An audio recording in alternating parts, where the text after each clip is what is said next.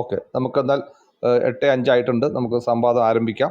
ഇപ്പോൾ ഇവിടെ സന്നിഹിതരായിരിക്കുന്ന എല്ലാ ശ്രോതാക്കളെയും ഈ സംവാദത്തിലേക്ക് സ്വാഗതം ചെയ്യുന്നു. സംവാദത്തിൻ്റെ ഇരു മോഡറേറ്റർ ശ്രീ ദ്യാമി, സംവാദ റാണിജി, രാജേഷ് പാസ്റ്റർ, ഏവരെയും ഈ ഗ്രൂപ്പിൻ്റെ പേരിലും എല്ലാ ശ്രോതാക്കളുടെ പേരിലും ഇതിലേക്ക് സ്വാഗതം ചെയ്യുന്നു. നമുക്ക് ആദ്യത്തെ ധാരണയായ സ്ഥിതിക്ക് ആദ്യത്തെ പ്രസൻറ്റേഷൻ അവസരം റാണിജിക്കാണ്. ശേഷം രണ്ടാം അവസരം രാജേഷ് പാസ്റ്ററുമാണ്. അപ്പം പ്രസൻറ്റേഷൻ ആയിക്കൊണ്ട് റാണിജിയെ ക്ഷണിക്കുന്നു. സ്വാഗതം.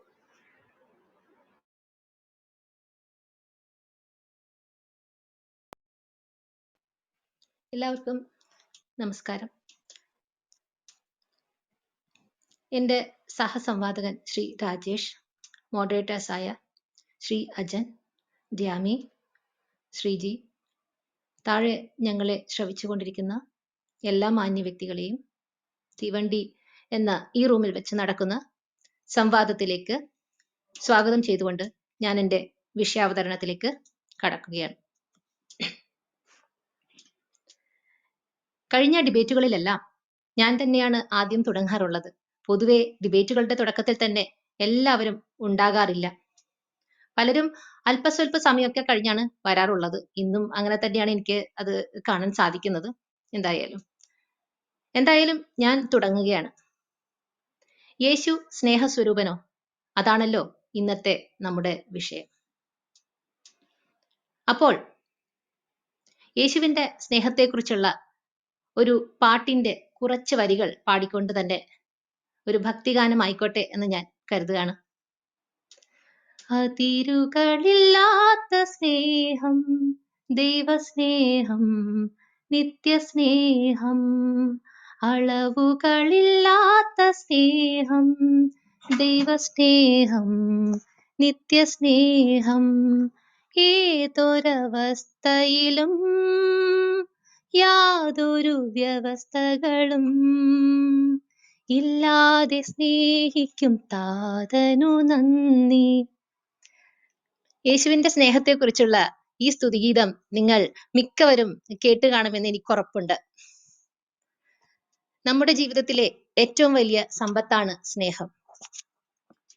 ബന്ധങ്ങളെ ശക്തവും ദൃഢവുമായി നിലനിർത്തുന്ന ഘടകമാണ് സ്നേഹം. ഇഷ്ടം, മമത, താല്പര്യം, വാത്സല്യം, പ്രേമം, പ്രണയം, കാമം, അനുരാഗം, ആഗ്രഹം, പ്രിയം തുടങ്ങിയ പര്യായങ്ങളും, ഭക്തി, വിവാഹം, എണ്ണ, വിശ്വാസം, കൊഴുപ്പ്, നനവ്, ഇന്ദ്രിയം, പൊരുത്തം തുടങ്ങിയ നാനാർത്ഥങ്ങളും സ്നേഹമെന്ന വാക്കിന് ഉണ്ടല്ലോ. നമ്മൾ അനുഭവിക്കുന്ന വികാരം ആരോഗ്യകരവും പരസ്പരം താങ്ങും തണലും ആവുന്നതാണ് എങ്കിൽ അതാണ് സ്നേഹം.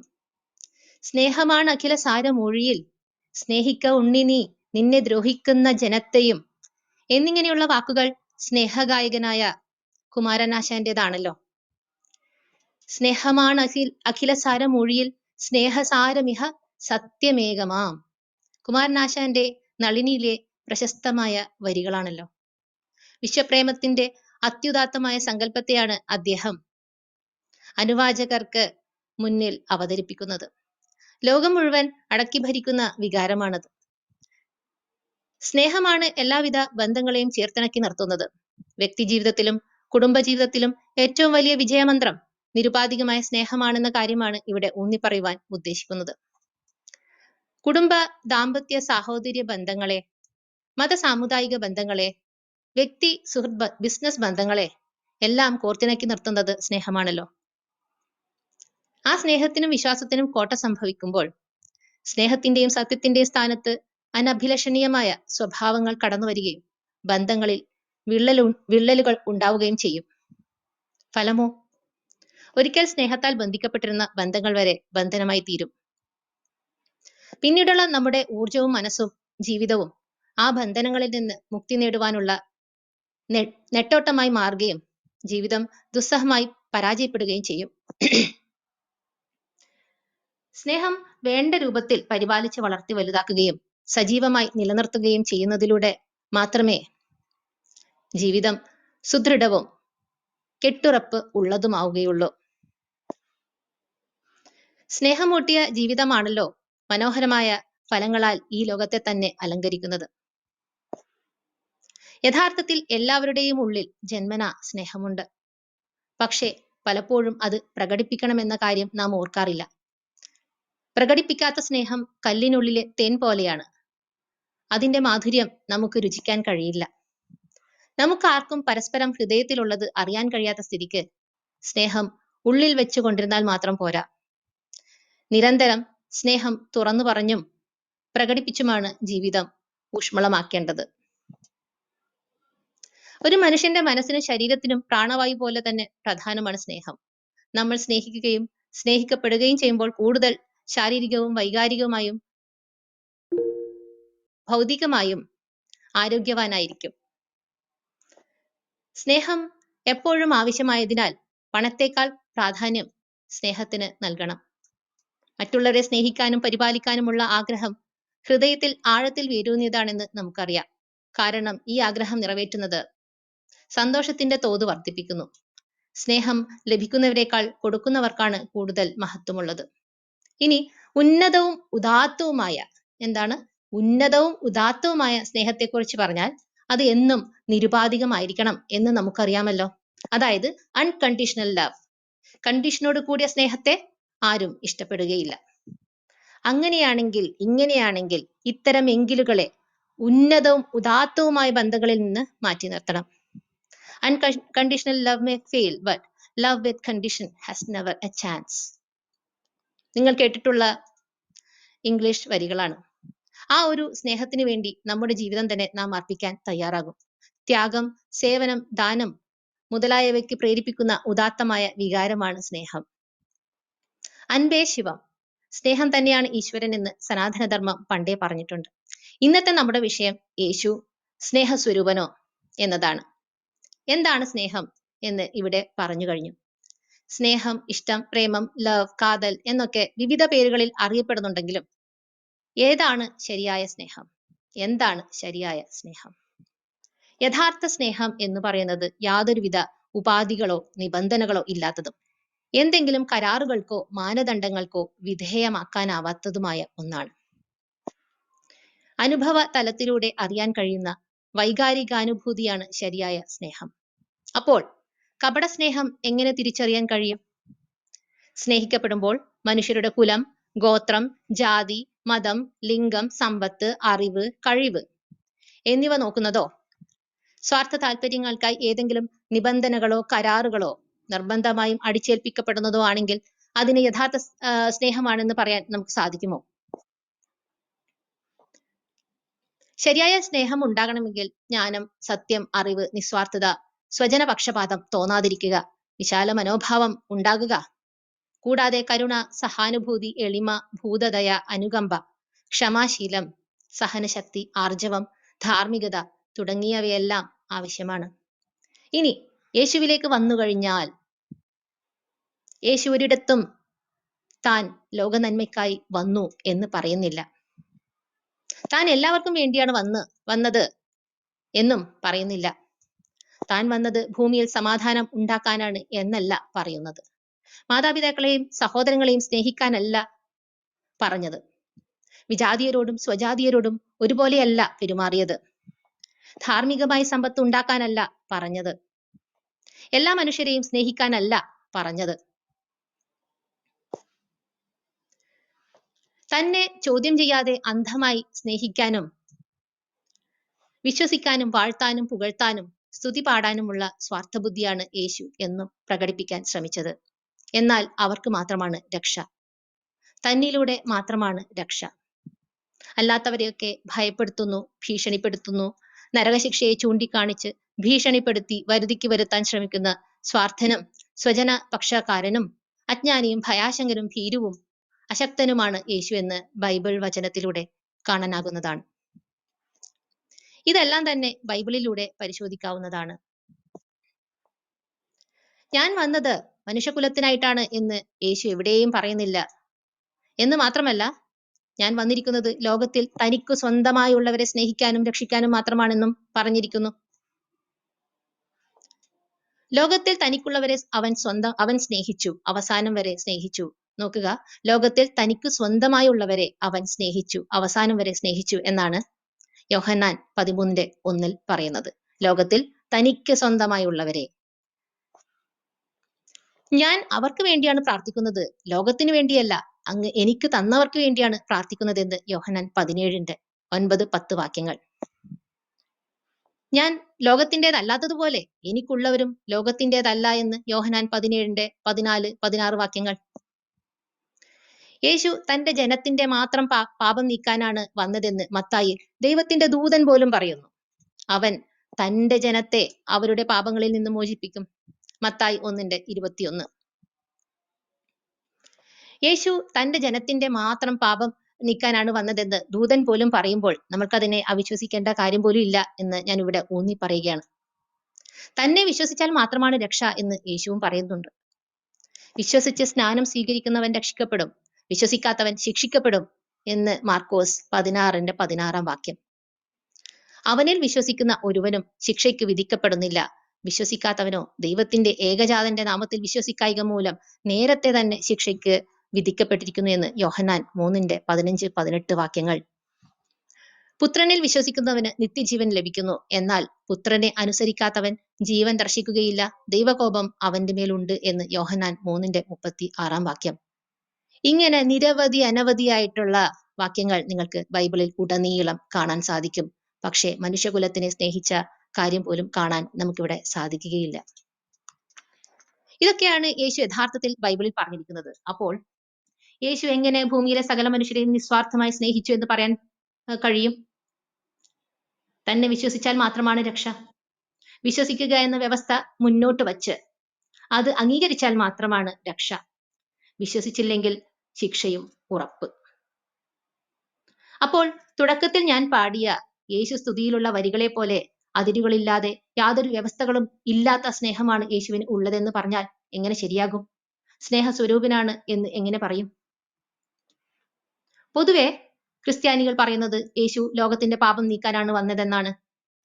എന്താണ് പാപം എന്നതുകൊണ്ട് ബൈബിൾ ഉദ്ദേശിക്കുന്നത് എന്നറിയാതെയാണ് ഇത്തരക്കാർ യേശുവിനെ ലോകത്തിന്റെ പാപം നീക്കാനാണ് വന്നതെന്ന് പറഞ്ഞു നടക്കുന്നത്.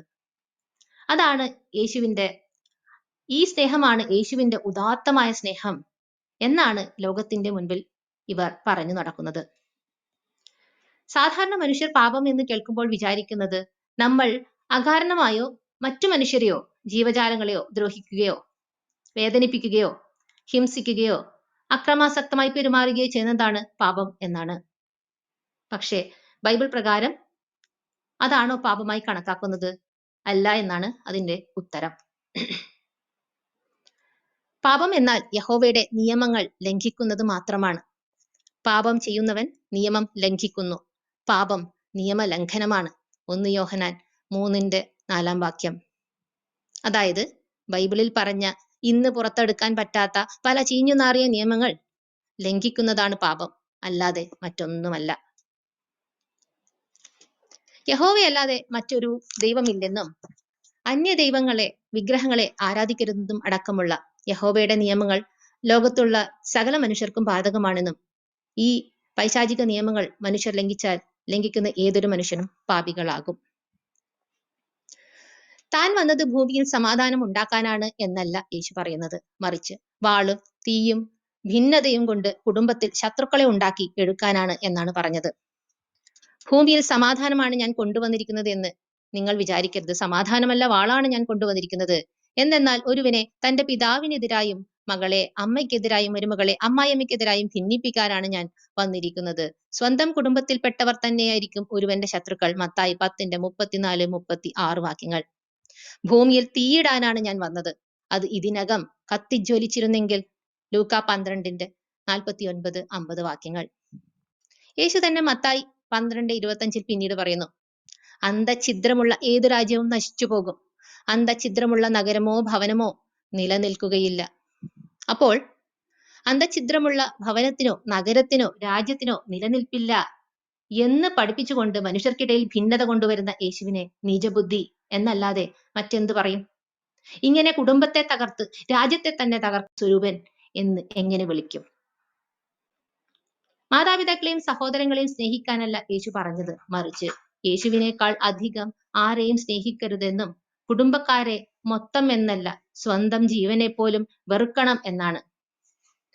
എന്നേക്കാൾ അധികം പിതാവിനെയോ മാതാവിനെയോ സ്നേഹിക്കുന്നവൻ എനിക്ക് യോഗ്യനല്ല. എന്നേക്കാൾ അധികം പുത്രനെയോ പുത്രിയെയോ സ്നേഹിക്കുന്നവനും എനിക്ക് യോഗ്യനല്ല. മത്തായി 10 37 38 വാക്യങ്ങൾ. സ്വന്തം പിതാവിനെയും മാതാവിനെയും ഭാര്യയെയും മക്കളെയും സഹോദരന്മാരെയും സഹോദരിമാരെയും എന്നല്ല, സ്വജീവനെ തന്നെയും വെറുക്കാതെ എന്റെ അടുത്ത് വരുന്ന ആർക്കും എന്റെ ശിഷ്യനായിരിക്കുവാൻ സാധിക്കുകയില്ല എന്ന് ലൂക്ക 14:26 വാക്യം. അങ്ങനെ കുടുംബത്തെയും സ്വജീവനെ തന്നെയും വെറുത്ത് യേശുവിനെ പ്രതിയും സുവിശേഷത്തെ പ്രതിയും ജീവൻ ത്യജിച്ചാൽ രക്ഷയും യേശു മാർക്കോസ് 8:35 വാഗ്ദാനം ചെയ്യുന്നു. സ്വന്തം ജീവൻ രക്ഷിക്കാൻ ആഗ്രഹിക്കുന്നവൻ അത് നഷ്ടപ്പെടുത്തും.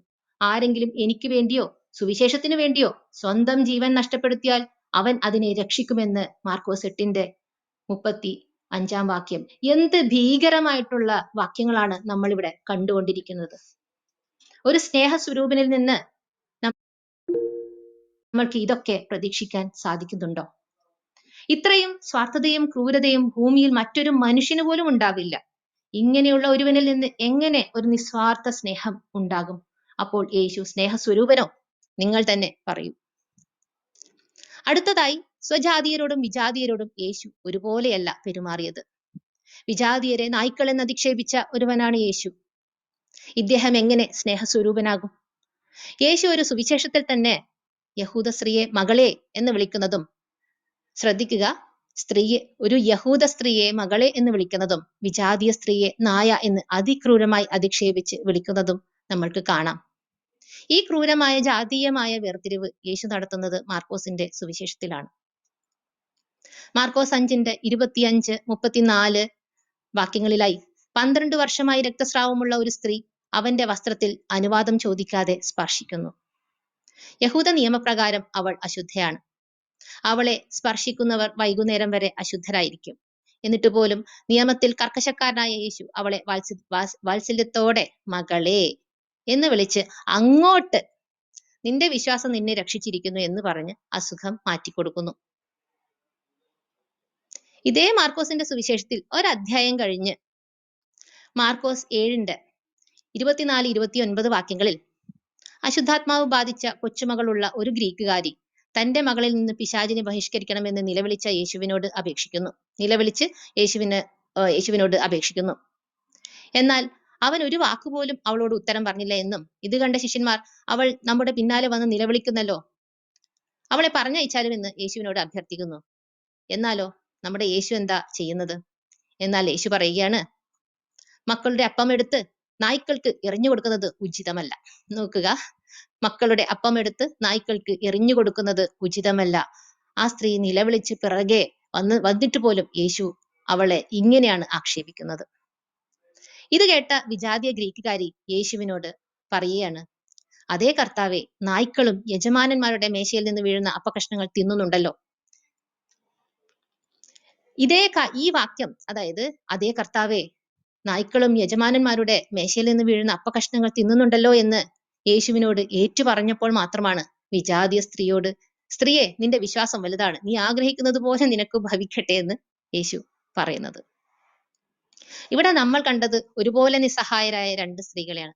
പക്ഷെ യേശുവിനെ സംബന്ധിച്ച് യഹൂദയായി, അതായത് യേശുവിന്റെ ഗോത്രത്തിൽ ജനിച്ചിരിക്കുന്ന, അല്ലെങ്കിൽ യേശുവിന്റെ പാരമ്പര്യത്തിൽ ജനിച്ചിരിക്കുന്ന യഹൂദയായി ജനിച്ച സ്ത്രീ മകളും, യേശുവിനെ വിശ്വസിച്ച വിജാതീയ സ്ത്രീ നായയും. ഇവിടെ യേശു യഹൂദരോടുള്ള തന്റെ സ്നേഹവും വിജാതീയരോടുള്ള വെറുപ്പ് കൃത്യവുമായി പ്രകടിപ്പിക്കുന്നു.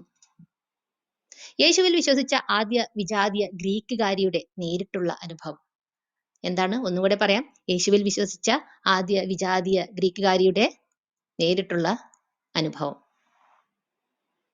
യേശുവിന്റെ ജാതി അധിക്ഷേപം അവിടെയും കൊണ്ട് നിൽക്കുന്നില്ല. വിശുദ്ധമായത് നായ്ക്കൾക്ക് കൊടുക്കരുത്, നിങ്ങളുടെ മുത്തുകൾ പന്നികൾക്ക് ഇട്ടുകൊടുക്കരുത്, അവ അത് ചവിട്ടി നശിപ്പിക്കുകയും തിരിഞ്ഞ് നിങ്ങളെ ആക്രമിക്കുകയും ചെയ്തേക്കാമെന്ന് മത്തായി 7:6 വാക്യം. ഇത്തരത്തിലുള്ള തരംതാണ അധിക്ഷേപങ്ങൾ പഴയ നിയമത്തിൽ ഉടനീളം കാണാൻ നമുക്ക് സാധിക്കും. വേശ്യയുടെ വേതനമോ നായയുടെ കൂലിയോ നിന്റെ ദൈവമായ കർത്താവിന്റെ ആലയത്തിലേക്ക് നേർച്ചയായി കൊണ്ടുവരരുത്, ഇവ രണ്ടും അവിടത്തേക്ക് നിന്ദ്യമാണ്. നിയമാവർത്തനം 23:18 വാക്യം. എന്നാൽ ജീവിക്കുന്നവരോടൊപ്പം എണ്ണപ്പെടുന്നവന് പ്രത്യാശയുണ്ട്. ജീവനുള്ള നായ് ചത്ത സിംഹത്തെക്കാൾ, ഇവിടെ നോക്കുക, എന്നാൽ ജീവിക്കുന്നവരോടൊപ്പം ജീവിക്കുന്നവർ എന്ന് പറഞ്ഞു കഴിഞ്ഞാൽ ഇസ്രായേൽക്കാർ, എന്നാൽ ജീവിക്കുന്നവരോടൊപ്പം എണ്ണപ്പെടുന്നവന് എന്നും പ്രത്യാശയുണ്ട്. ജീവനുള്ള നായ് ചത്ത സിംഹത്തെക്കാൾ ഭേദമാണല്ലോ. സഭാപ്രസംഗകൻ 9:4 വാക്യം. വിജാതീയരെ കൊണ്ട് യഹൂദന്റെ ശ്രേഷ്ഠവാദം അംഗീകരിപ്പിച്ച് തന്റെ വരുതിക്ക് നിർത്താനുള്ള സ്വാർത്ഥബുദ്ധി പ്രയോഗിക്കുകയാണ് യേശു ഇവിടെ. ഇങ്ങനെ ഒരു ജാതി വെറിയൻ സ്നേഹസ്വരൂപൻ ആകുന്നത് എങ്ങനെ? ഇനി യേശുവിന്റെ പഴയ നിയമ ആശയത്തിലൂന്നിയ ക്രൂരമായ ഒരു ചെറിയ പാരബിൾ നോക്കാം. ഇത് ഒരു തരത്തിൽ ഡോഗ് വിസ്ലിംഗ് ആണെന്ന് പറയാം. പാരബിൾസ് എന്നാൽ മതപരമായ ആശയങ്ങൾ ഉപമയിലൂടെ മറ്റുള്ളവർക്ക് പറഞ്ഞു കൊടുക്കാൻ ഉപയോഗിക്കുന്ന ചെറു കഥകളാണ്. മതം പഠിച്ചവർക്ക് മാത്രം ഗ്രഹിക്കാൻ സാധിക്കുന്നത്. അതായത് പാരബിൾസ് ഒരിക്കലും സകല മനുഷ്യർക്കും വേണ്ടുന്ന പഞ്ചതന്ത്രം കഥകളെപ്പോലെ മോറൽ സ്റ്റോറീസ് അല്ല. യേശുവിനെ കുറിച്ച് സംസാരിക്കുമ്പോൾ യേശു പഠിപ്പിച്ച പാരബിൾസ് ഒരിക്കലും ചർച്ചയ്ക്ക് വിഷയമാകാറില്ല. യേശു പറഞ്ഞിരിക്കുന്ന എല്ലാ പാരബിൾസിന്റെയും ആശയങ്ങൾ യഹൂദന്റെ മതപരമായ ആശയങ്ങൾ തന്നെയാണ്. പാരബിൾസ് എന്നാൽ മതപരമായ ആശയങ്ങൾ ഉപമയിലൂടെ മറ്റുള്ളവർക്ക് പറഞ്ഞു കൊടുക്കാൻ ഉപയോഗിക്കുന്ന ചെറുകഥകളാണ് എന്ന് പറഞ്ഞല്ലോ. പാരബിളുകളിലൂടെ മാത്രമാണ് മറ്റുള്ളവരോട് യേശു പ്രസംഗിച്ചതെന്നും, അതായത് ഉപമകളിലൂടെ, അല്ലെങ്കിൽ പാരബിൾ എന്നുള്ളത് ഞാൻ വ്യക്തമായി ഇവിടെ പറഞ്ഞു കഴിഞ്ഞു. അതായത് പാരബിൾ എന്ന് പറഞ്ഞു കഴിഞ്ഞാൽ മതപരമായ ആശയങ്ങൾ ഉപമയിലൂടെ മറ്റുള്ളവർക്ക് പറഞ്ഞു കൊടുക്കാൻ ഉപയോഗിക്കുന്ന ചെറുകഥകൾ. അപ്പം ഈ ചെറുകഥകളിലൂടെ മാത്രമാണ് മറ്റുള്ളവരോട് യേശു വചനം പ്രസംഗിച്ചിരുന്നത്. വചനം ശ്രദ്ധിക്കുക, വചനം പ്രസംഗിച്ചിരുന്നതെന്നും അതിന്റെ വിശദീകരണങ്ങൾ യേശു തന്റെ ശിഷ്യർക്ക് കൃത്യമായി പറഞ്ഞു കൊടുക്കുന്നു എന്നും മാർക്കോസ് 4:33-34 വാക്യങ്ങൾ. ഉപമകളിലൂടെ അവൻ വചനം പ്രസംഗിച്ചു. ഉപമകളിലൂടെ അല്ലാതെ അവൻ അവരോട് സംസാരിച്ചിരുന്നില്ല. എന്നാൽ ശിഷ്യന്മാർക്ക് എല്ലാം രഹസ്യമായി വിശദീകരിച്ചു കൊടുത്തിരുന്നു. പാരബിളുകളുടെ അർത്ഥം യേശു ശിഷ്യർക്ക് മാത്രമേ പറഞ്ഞു കൊടുത്തിട്ടുള്ളൂ. കാരണം യേശു തന്നെ പറയുന്നുണ്ട്, ദൈവരാജ്യത്തിന്റെ രഹസ്യങ്ങൾ അറിയാൻ വരം ലഭിച്ചിരിക്കുന്നത് നിങ്ങൾക്കാണ്, മറ്റുള്ളവർക്കാകട്ടെ അവ ഉപമകളിലൂടെ നൽകപ്പെടുന്നു. അവർ കണ്ടിട്ടും കാണാതിരിക്കുന്നതിനും കേട്ടിട്ടും ഗ്രഹിക്കാതിരിക്കുന്നതിനും വേണ്ടിയാണത്. ലൂക്കാ 8:9-10 വരെയുള്ള വാക്യങ്ങൾ. ശിഷ്യരല്ലാത്ത മറ്റുള്ളവർ ആര് കണ്ടാലും ഗ്രഹിച്ചാലും എന്താവും യേശുവിന്റെ സ്ഥിതിയെന്ന് യേശുവിന് നല്ല ഗ്രാഹ്യമുണ്ടായിരുന്നു എന്ന് വേണം കരുതാൻ. ഉദാഹരണമായി യോഹന്നാന്റെ പുസ്തകം 4-ാം അധ്യായം 35-36 വാക്യങ്ങളിലായി യേശു വളരെ ചെറിയ പാരബിൾ പറയുന്നു. ചെറുതാണെങ്കിലും അതിന്റെ ആശയം അതിക്രൂരവും പൈശാചികവുമാണ്. ബൈബിൾ പഠിച്ചിട്ടില്ലാത്ത ഒരു വ്യക്തിക്ക് ഞാൻ പറയാൻ പോകുന്ന പാരബിൾ കേൾക്കുമ്പോൾ പ്രത്യേകിച്ച് ഒന്നും തോന്നില്ല. കാരണം പാരബിളിൽ പറഞ്ഞിരിക്കുന്ന പദങ്ങൾ തന്നെ വയൽ, വിതക്കുന്നവൻ, കൊയ്യുന്നവൻ എന്നിവയൊക്കെയാണ് കഥയിൽ ഉപയോഗിച്ചിരിക്കുന്നത്. ദൈനംദിന ജീവിതത്തിൽ കേൾക്കുന്ന സാധാരണ പദങ്ങൾ പോലെ മാത്രമേ ബൈബിൾ പഠിക്കാത്ത ഒരാൾക്ക് ഇത് തോന്നുകയുള്ളൂ. യേശു യോഹന്നാൻ 4:35-36 വാക്യങ്ങളിൽ ഇങ്ങനെ പറയുന്നു, 4 മാസം കൂടി കഴിഞ്ഞാൽ കൊയ്ത്തായി എന്ന് നിങ്ങൾ പറയുന്നില്ലേ? എന്നാൽ ഞാൻ പറയുന്നു, നിങ്ങൾ കണ്ണുകൾ ഉയർത്തി വയലുകളിലേക്ക് നോക്കുവിൻ, അവ ഇപ്പോൾ തന്നെ വിളഞ്ഞ് കൊയ്ത്തിന് പാകമായിരിക്കുന്നു. കൊയ്യുന്നവന് കൂലി കിട്ടുകയും അവൻ നിത്യജീവിതത്തിലേക്ക് ഫലം ശേഖരിക്കുകയും ചെയ്യുന്നു. അങ്ങനെ വിതക്കുന്നവനും കൊയ്യുന്നവനും ഒപ്പം സന്തോഷിക്കുന്നു. യോഹന്നാൻ 4:35-36 വാക്യങ്ങൾ. ഇനി കഥയിൽ പറഞ്ഞ വയൽ, വിതക്കുന്നവൻ, കൊയ്യുന്നവൻ എന്നീ പദങ്ങൾ കൊണ്ട് യേശു ഉദ്ദേശിച്ചത് എന്താണെന്ന് നോക്കാം. ഇവയൊക്കെ യേശു എന്താണെന്ന് ശിഷ്യർക്ക് വിശദമാക്കി കൊടുക്കുന്ന വാക്യങ്ങൾ മത്തായി 13-ാം അധ്യായം 37-43 തന്നെ പറയുന്നുണ്ട്. വിതയ്ക്കുന്നവൻ മനുഷ്യപുത്രനും വയൽ ലോകവും കൊയ്ത്ത് യുഗാന്തവും കൊയ്യുന്നവൻ ദൈവദൂതന്മാരും. മനുഷ്യപുത്രൻ തന്റെ ദൂതന്മാരെ അയക്കുകയും അവർ തന്റെ രാജ്യത്ത് നിന്ന് എല്ലാ പാപഹേതുക്കളെയും തിന്മ പ്രവർത്തിക്കുന്നവരെയും ഒരുമിച്ച് കൂട്ടി അഗ്നികുണ്ഡത്തിലേക്ക് എറിയുകയും ചെയ്യുമെന്നും യേശു മത്തായി 13:37-43 വരെയുള്ള വാക്യങ്ങളിൽ പറയുന്നു. വീണ്ടും നമ്മളെടുത്ത യോഹന്നാന്റെ പുസ്തകം 4-ാം അധ്യായം 35-36 വാക്യങ്ങളിൽ യേശു പറയുന്നു, 4 മാസം കഴിയുമ്പോഴല്ല യുഗാന്ത്യം വരുന്നത്, അത് ഇപ്പോഴേ വന്നു കഴിഞ്ഞിരിക്കുന്നു എന്നും മത്തായി 13:37-43 പറഞ്ഞിരിക്കും പോലെ മനുഷ്യപുത്രന്റെ രാജ്യത്ത് നിന്ന് എല്ലാ പാപഹേതുക്കളെയും തിന്മ പ്രവർത്തിക്കുന്നവരെയും ഒരുമിച്ച് കൂട്ടി അഗ്നികുണ്ഡത്തിലേക്ക് എറിയാൻ സമയമായി എന്നുമാണ് യോഹന്നാന്റെ പുസ്തകം 4-ാം അധ്യായം 35-36 വാക്യങ്ങളിൽ ഈ യേശു പറയാൻ ശ്രമിക്കുന്നതായി മത്തായി 13-ാം അധ്യായം 37-43 വരെയുള്ള വാക്യം വെച്ച് പറയാൻ സാധിക്കും. ഇപ്പോഴേ അന്ത്യവിധി നാൾ ആയി എന്ന് യേശു ഈ പറഞ്ഞു കഴിഞ്ഞിട്ട് 2000 വർഷങ്ങൾ കഴിഞ്ഞു. നക്ഷത്രങ്ങൾ കപ്പലണ്ടി പോലെ താഴേക്ക് വീഴുമെന്നും 2 സ്ത്രീകൾ തിരികല്ലിൽ പൊടിച്ചുകൊണ്ടിരിക്കുമെന്നും അതിൽ ഒരുവൾ എടുക്കപ്പെടുമെന്നും തുടങ്ങി അന്ത്യവിധി നാളിൽ പലതും സംഭവിക്കുമെന്ന് തള്ളിയതുപോലെ ഒരു അന്ത്യവിധി നാൾ ഇപ്പോഴും വന്നിട്ടില്ല. ഇനി എല്ലാവരെയും സ്വജീവനെ തന്നെയും ത്യജിച്ച് സുവിശേഷ പണിക്ക് ഇറങ്ങി കൊല്ലപ്പെട്ടാലോ മരിച്ചാലോ യേശു നിത്യജീവനും അനേക മടങ്ങ് ഭാര്യമാരെ അടക്കം വാഗ്ദാനം ചെയ്യുന്നുണ്ട്. സഹോദരൻ സഹോദരനെയും പിതാവ് പുത്രനെയും മരണത്തിന് ഏൽപ്പിച്ചു കൊടുക്കും. മക്കൾ മാതാപിതാക്കന്മാരെ എതിർക്കുകയും അവരെ വധിക്കുകയും ചെയ്യും. എന്റെ നാമം മൂലം നിങ്ങൾ സർവ്വരാലും ദ്വേഷിക്കപ്പെടും. അവസാനം വരെ പിടിച്ചു നിൽക്കുന്നവൻ രക്ഷപ്പെടും. ഒരു പട്ടണത്തിൽ അവർ നിങ്ങളെ പീഡിപ്പിക്കുമ്പോൾ മറ്റൊന്നിലേക്ക് ഓടിപ്പോകുവിൻ എന്ന് മത്തായി 10:21-23 വാക്യങ്ങൾ. എന്താണ് ഇവിടെ പറഞ്ഞിരിക്കുന്നത്? സഹോദരൻ സുവിശേഷ പണിക്കായി പോകുമ്പോൾ സഹോദരൻ സഹോദരനെയും അല്ലെങ്കിൽ സഹോദരൻ സഹോദരനെയും പിതാവ് പുത്രനെയും മരണത്തിന് ഏൽപ്പിച്ചു കൊടുക്കും. മക്കൾ മാതാപിതാക്കന്മാരെ എതിർക്കുകയും അവരെ വധിക്കുകയും ചെയ്യും. എന്റെ നാമം മൂലം നിങ്ങൾ സർവ്വരാലും ദ്വേഷിക്കപ്പെടും എന്നാണ് മത്തായി 10:21-23 വാക്യങ്ങളിൽ പറയുന്നത്. എന്നാൽ ആദ്യം എല്ലാ ജനതകളോടും സുവിശേഷം പ്രസംഗിക്കപ്പെടേണ്ടിയിരിക്കുന്നു. അവർ നിങ്ങളെ ഏൽപ്പിച്ചു കൊടുക്കാൻ കൊണ്ടുപോകുമ്പോൾ എന്ത് പറയണമെന്ന് വിചാരിച്ച് ഉത്കണ്ഠാകുലരാകേണ്ട. ആ സമയത്ത് നിങ്ങൾക്ക് ലഭിക്കുന്നതെന്തോ അത് സംസാരിക്കുവിൻ. നിങ്ങളല്ല, പരിശുദ്ധാത്മാവായിരിക്കും സംസാരിക്കുക എന്നും മാർക്കോസ് 13:10-13 വരെയുള്ള വാക്യങ്ങളിൽ നമുക്ക് കാണാൻ സാധിക്കും. അന്ധകാരത്തിൽ നിങ്ങളോട് ഞാൻ പറയുന്നവ പ്രകാശത്തിൽ പറയുവിൻ. ചെവിയിൽ മന്ത്രിച്ചത് പുരമുകളിൽ നിന്ന് പ്രഘോഷിക്കുവിൻ എന്ന് മത്തായി 10:27-28 വാക്യങ്ങൾ. മനുഷ്യരുടെ മുമ്പിൽ ഏറ്റുപറയുന്നവനെ എന്റെ സ്വർഗസ്ഥനായ പിതാവിന്റെ മുൻപിൽ ഞാനും ഏറ്റുപറയും എന്ന് മത്തായി 10:32-33 വരെയുള്ള വാക്യങ്ങൾ. യേശു പ്രതിവചിച്ചു, സത്യമായി ഞാൻ നിങ്ങളോട് പറയുന്നു, ദൈവരാജ്യത്തിനു വേണ്ടി വീടിനെയോ ഭാര്യയോ സഹോദരന്മാരെയോ മാതാപിതാക്കളെയോ സന്താനങ്ങളെയോ ഉപേക്ഷിച്ചവരിൽ ആർക്കും, കേൾക്കുക, വീണ്ടും കേൾക്കുക, യേശു പ്രതിവചിച്ചു, സത്യമായി ഞാൻ നിങ്ങളോട് പറയുന്നു, ദൈവരാജ്യത്തിനു വേണ്ടി വീടിനെയോ ഭാര്യയെയോ സഹോദരന്മാരെയോ മാതാപിതാക്കളെയോ സന്താനങ്ങളെയോ ഉപേക്ഷിച്ചവരിൽ ആർക്കും ഇക്കാലത്ത് തന്നെ അവ അനേക മടങ്ങ് ലഭിക്കാതിരിക്കുകയില്ല.